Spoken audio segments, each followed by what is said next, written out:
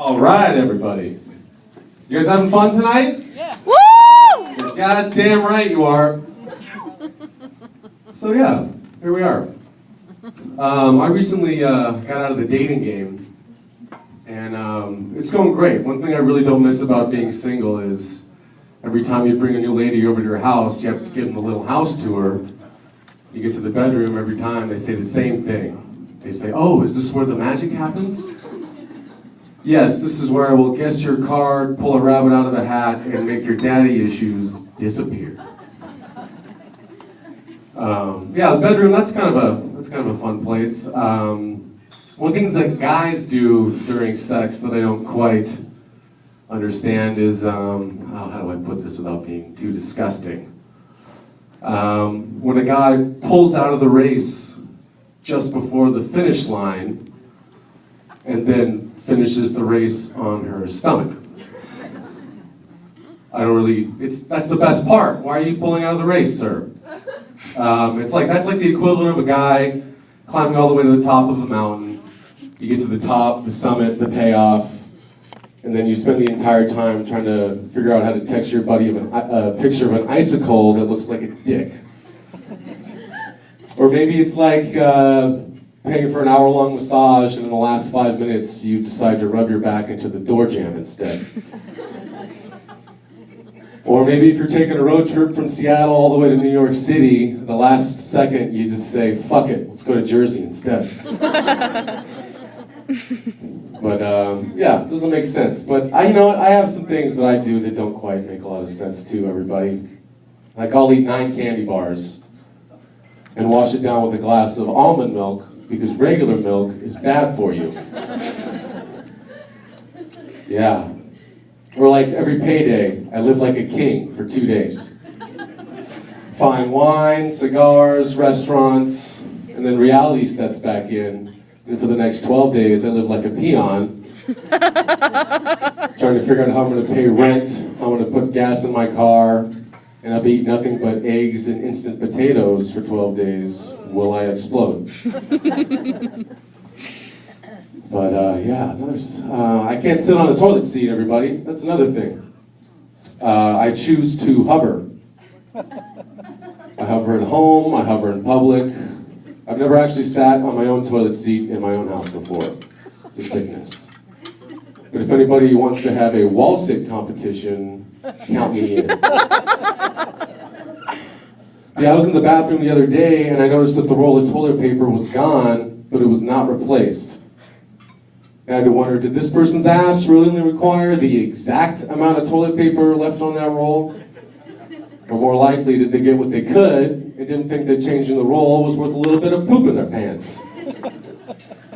But you know what, to be fair, you could give them the benefit of the doubt, and maybe they saw the roll was getting low and decided to live like a king with extra large folds and crumples until the whole thing was gone. I don't think that happened though. I think he's got a little bit of poop in his pants, everybody.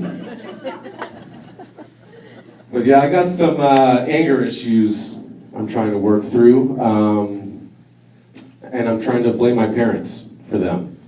Here's why. Because every time I talk to my parents, I have to exercise so much patience, I have none left for the rest of the world. Like my dad, bless his heart, is forgetting doing things like having firewood delivered to my house as a present. Strange example, I know. But, so assuming that he remembered ordering the wood, when it arrived, they texted him something cryptic like, "The eagle has landed." And his response to that was, "Does that mean you're high on something, son?" I said, "No, Dad, it's 7 o'clock in the morning, the firewood was delivered." He said, "Oh, so you need to borrow money?" I said, "Oh, God." Then I'll try to talk to my mom, and all she ever wants to talk about is how I'm ever going to find a wife with those shoes that I wear. Or the car that I drive. Or am I really going to find the one with that untrimmed neck hair? So I just try to get off the phone as quickly as possible. But every single time I do, she has to say something disgusting. Like, "Okay, Mom, I love you, goodbye." She's like, "Oh, okay, son, well, keep a wrinkle in it." Sickening. That's disgusting. When therein lies the anger problem. You know, I got no patience for anybody else. Like the old guys in the gym locker room who feel it's appropriate to blow dry their ball sack in front of everyone. What's happening here? And they do it with so much pride, they put one leg up on the bench like there's some Viking sailing across the seas with their foot on the bow of the ship and the wind in their balls. Or like some perverted version of Captain Morgan. Oh, you got the captain in you? Well, if the captain is an image of your balls filling them with air, haunting you for the rest of the day, then yes, I have the captain in me. It's just weird. It's kind of like a guy poking another guy on Facebook. Just weird, and you should stop doing it. Facebook, I get a little, I hate people on Facebook. I was using my first and middle name for a while, and this girl messaged me and says, oh, what happened? Oh, did you marry a guy? What the fuck are you talking about, lady? If I married a guy, he would take my last name. I wouldn't take his. Why do I automatically have to be the bitch in this hypothetical relationship? It's bullshit. And then where the anger problems really sort of flies in traffic at the red light. Behind a guy who moves up 1 inch every 5 seconds, stopping and starting, making it think the light keeps turning green and distracting you from texting like everybody else at the red light. What's happening here, sir? This is the same asshole with the family cartoon car stickers, with one for each idiot parent, idiot child, idiot pet, dead idiot pet. I guess it's to show me how many orphans I'm gonna make after I sideswipe their car head first into a fucking telephone pole. Yeah, anger problems. I actually had a little bit of a incident with road rage the other day. I learned a lesson that you should not road rage without tinted windows. So I was driving up behind this guy, he was going really slow, and so I just very politely went around him and screamed obscenities in my car. I didn't flip him off, I didn't honk, I didn't do anything. And I got to the red light and I'm just sitting there and I can just feel that shit's about to go down. And I look over and sure enough there's this old man in his truck just screaming at me. So I roll the window down and he goes, "Saving a lot of time there, big mouth?" Big mouth? What are you talking about, sir? Why are you calling me a big mouth? He goes, "Oh, you don't think I could see you mouthing the words F you back in your car?" I said, "Yeah, actually I didn't think you could see that at all." Wow. That's incredible. So then I just drove off, I didn't have anything to say. But later on I was thinking like, wow, this old man is going around driving like shit on purpose and then getting mad at people for getting mad at him. That's incredible. It's like I just met myself from the future. And then I looked over, and all of a sudden his car was sideswiping me head first into a tunnel. But yeah, I don't actually blame my parents for my anger issues. That's not real. But I do have a little story. So when I was growing up, about 15 years old, I had a secret drawer.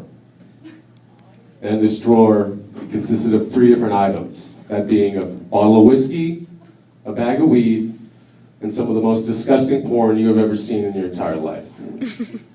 Now, I went out with some buddies of mine, we went out and we smoked some of the weed, didn't really work, didn't think much of it, and then we went out to the bowling alley, had some drinks from the whiskey, that really didn't work either, still didn't think anything of it. Then I get home that night and I pop in the old trusty VHS porn tape, and it was in that moment that I realized that my parents had in fact found my secret drawer and replaced my weed with lawnmower clippings, my whiskey with vinegar, and recorded over my porn with a 12-hour NASA launch video. Oh my God, it's embarrassing. But then they didn't even say a word to me. I had to have the balls to walk up to them, look them in the eye, and let them know that I know that they know. But the most embarrassing part was about a week later when my mom caught me jerking off to a NASA launch video.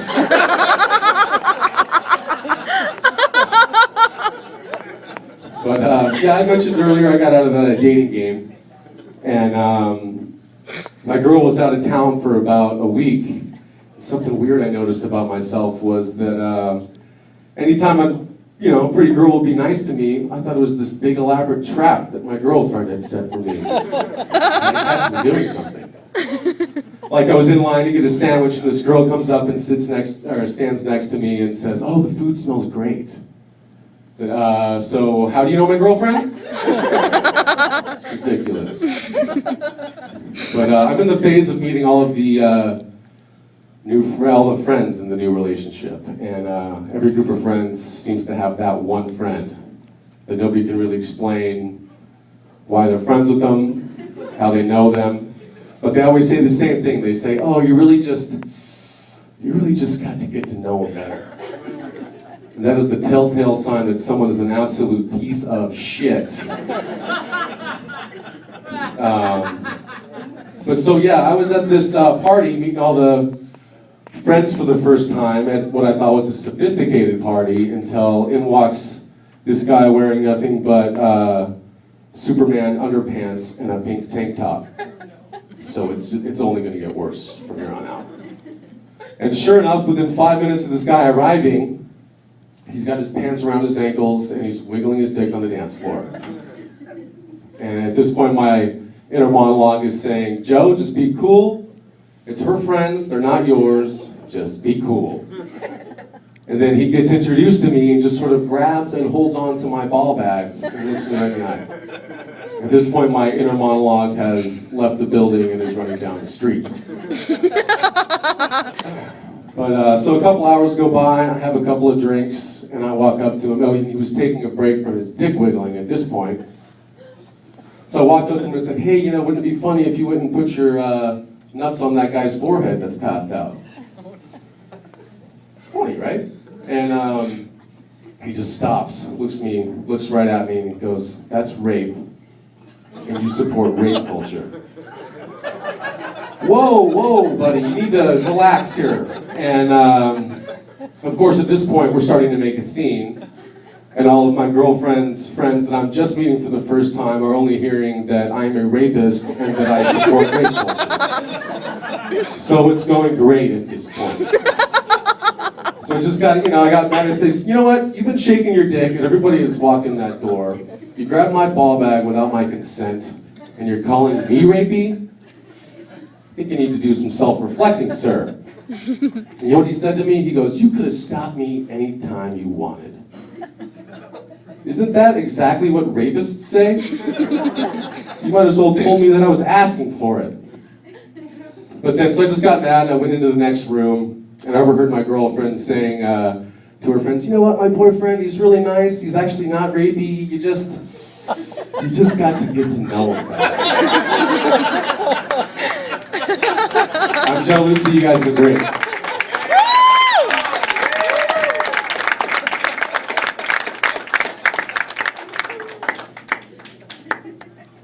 Couldn't even keep clapping until I got to the microphone, guys. Really? Joe Lucy, everybody. Thank you.